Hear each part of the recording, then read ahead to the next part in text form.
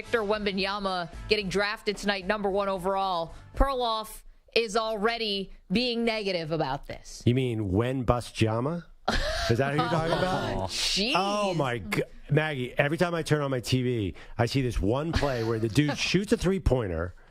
It misses, it bounces off the rim, and he dunks his own follow-up. So, and then I hear a bunch of analysts, this is their whole Victor Wembanyama experience, is this one play. Be like, how many players in the NBA are there can miss a three and dunk their own follow-up? And I've seen the highlight a million times. So I looked into the numbers. I'm like, man, this guy must have really dominated.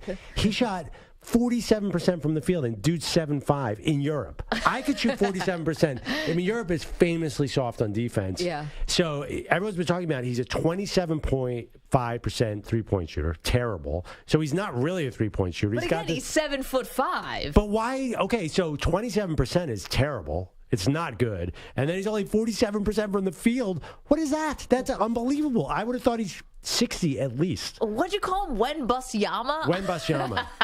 That's not right. That's being too harsh. But he's tall, Nick Claxton. I don't understand what. No one even knows who Nick Claxton is. the Nets center. Yeah, I mean, or he's skinny Roy Hibbert. Help me out here. I stole that one off Twitter, by the way. But skinny Roy Hibbert. This is not exactly setting a high bar. But then, show me another 7'5" guy who's worked out. It's rare. It's hard. I think that there are some things that are stacked against this young man. Right now, he's been waiting for this. He's been basically bred for this ever since he was 12 years old. He's now dedicating his life to making it to the NBA. He's got charisma. He speaks perfect English. Yeah. He's going to get along fabulously, I think, in the NBA. I don't think we have to worry about culture shock. I don't think we have to worry about him adjusting. He's wise beyond his years. However, I think him being in San Antonio, is he going to take the league by storm? Maybe we got to pump the brakes on that. They're going to bring him along so slowly. It's going to be agonizing. And they're going to build him up and build him up and build him up because they don't want to ruin or perceive to ruin what could be a true unicorn, which we throw that term around quite a bit, but he really has a chance. You just said he has a good personality. I did. You literally said, he's a good personality. Okay, I'm going to go way back in the time machine. There was a young man named Sean Bradley who was too skinny to play in the NBA. And all I saw were these features when he went to Australia, and he's so cosmopolitan, and he's got such a great work ethic, such a good dude. He's going to love everyone in the NBA is going to love him. And all that was true. But guess what? He was too skinny, and he couldn't play. And he got pushed around for his whole 15-year career. I just do not see this exactly working out, everyone. People are talking about him like he's the next Kareem Abdul-Jabbar, the next LeBron. Okay, but this is so speculative because there's never been a skinny guy like this at 7'5" who's dominated. Okay, I'm reading the scouting report on The Athletic, and I'm going to give you this sentence. Wembanyama is the highest upside prospect to enter the NBA since LeBron James. Okay, by the way, you've read multiple Athletic. I mean, basically, they're saying the entire 92 Dream Team is coming into this year's draft. Do they have anything except hyperbole? They do weaknesses. The NBA draft industry is insane. You're going to watch the draft tonight, and you're going to think there's 24 All-Stars who are entering the NBA. They are out of their mind. And maybe since LeBron, okay, so he's better than Anthony Davis. He's better than, who else has entered the NBA? He's better than Nikola Jokic. He's better, I guess, prospect. But he's better than Joel Embiid. He's better than all these guys. Listen, at least this guy, Wembanyama, not Wembanyama as you called him, Wembanyama, at least he may give you a chance against a Jokic. I mean, maybe he gives you a chance, to play, to have a little bit of a return to size in this game after we've been seeing 6'2" and 6'3" and 6'4" guys come in and start dominating a little bit. Besides like Giannis, We've had 6 straight MVPs who were centers. Giannis, Jokic, and Embiid. Exactly. It's back. The big man's back. It's back in the regular season. This is the first time it's actually that MVP's turned into finals. But if Embiid could hold up those guys are going to, those guys right now, because he's so young, are going to push him around like crazy. So that is a weakness. What's his game, Maggie? Like where is he fit? Is he playing outside or inside? He's got to play inside. Now, I'm not saying you got to be a back-to-the-basket guy. I think that went out the window a while ago. But I do think that he's he's got to be the inside guy. You're right. I mean, having him out there shooting threes, that's like a magic trick. I don't know if that's what I need. Okay, as a tall, skinny person, when you don't want to get beat up by a bigger person, you stand outside and shoot threes. So I think the coaching staff's going to have an interesting challenge with him. He's not going to want to mix it up against these grown men. He's going to want to stay outside, and maybe he's good enough to make that work. I don't know. But I think he's going to shoot a lot of threes in San Antonio, and I think he's going to avoid the paint.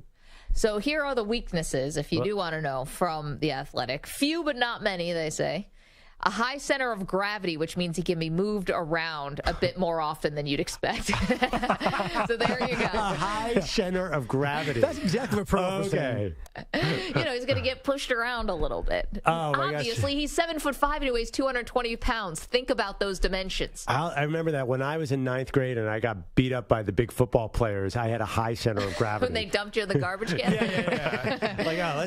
Because I was 6'2" and I weighed 114 pounds. That was a high center of gravity. Oh my God. How about this? He can sometimes get out leveraged and beaten by a guard who gets lower than he does, but he's excellent in recovery. Yeah, I'm sure he is. Wait till he gets on a switch and he's covering John Morant. John's going to run by him so fast he won't even know what happened to him. But he will recover and block some shots. But that's not a formula that works anymore in the NBA. All right, what else? Anything else good in here? These are more weaknesses. His shooting can also be a bit inconsistent. He goes through spurts where he just can't find the bucket. That's odd considering he's 7'5". Yeah. Considering he can touch the basket basically with standing flat foot. Drop the ball in the basket. How can you shoot 47%? Was there anything that you could do at 19 years old consistently? By the way, that's 19. True. Wake up for school, maybe. I could barely drink a beer consistently. I have a drinking problem, falling over my face, and it was no fun. Yeah. He had baby steps after. 3 turnovers a game, too. People have not mentioned he's sloppy with the ball. Okay. All right. Well, according to The Athletic, all of this is fixable, and there's zero reason not to buy Wembanyama as a shooter long term. They also believe he'll get stronger in his lower half. See, this is the thing about the frame. We hear this a lot, in basketball. We hear it in football, too. How much muscle can he put on the frame? Same with Bryce Young. How much muscle can he put on the frame? Can he build up? Tua, how much muscle can he put on the frame? Mm-hmm. So Wembanyama right now looks like a clothes hanger. So how much muscle can he put on the frame? Yeah, he's very, very interesting. I will give you this. I am very skeptical of all NBA draft talk now because he's 19, which is the norm. So that's why everyone's missing on draft picks because these guys are too young. They haven't played college basketball. The teams have no idea. And I watched Sean Bradley as a Sixer. It was my prime Sixers days, the 90s. And I was like, oh, man, he's going to get in the weight room and he's going to change the game. And it just never, ever happened. Okay, but Sean Bradley, the game that he was playing, the era he was playing is not this era. Okay. That was a more of you could clothesline guys, you could still get ridiculously, physical and brute. That's not the NBA right now. We're in more of a finesse game. I mean, listen, we talked about this before the show. He develops a hook shot. Good night. No one's doing the sky hook. No one's doing the sky hook anymore. But if he is that good and he can shoot, look at how Kevin Durant at 7. What's Durant? 7 feet, 7'1", and look at him as a shooter and how lethal that's been over the last 12, 15 years. Okay. So now he's Kevin Durant. I don't think his body is going to hold up. That's my issue. Chet Holmgren didn't even make it to the season.